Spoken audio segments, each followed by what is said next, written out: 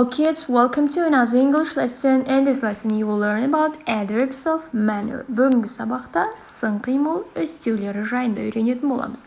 Сын қимыл істеулері іс-әрекеттің қалай орындалғанын білдіріп, бізге сипаттайды, яғни етістіктерді сипаттап, қалай, қайтып, қалайша деген сұрақтарға жауап береді. Мысалы, he runs quickly сөйлемінде runs, яғни жүгіру етістігінің қалай орындалатыны сипатталып тұр. Ол жылдам жүгіреді. They tell us how something happens. Бір іс-әрекеттің қалайша орын алғандығы. The boy hits the ball powerfully. How did Tom drive? Tom қалай айдайды? Көлікті қалай айдайды? Carefully.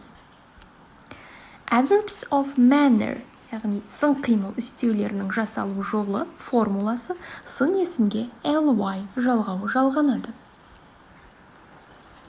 Soft сын есімінен softly істеуін жасау үшін оған ly жалғауын жалғадық. Careful сын есімінен carefully істеуін жасау үшін ly жалғауын жалғадық.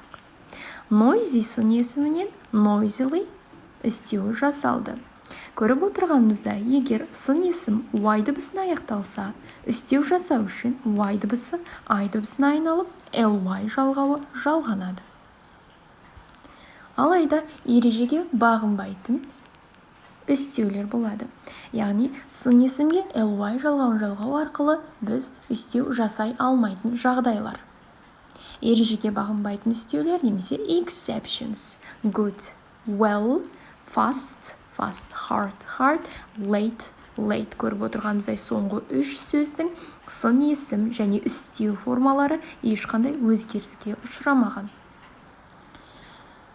Thank you for your attention and good luck.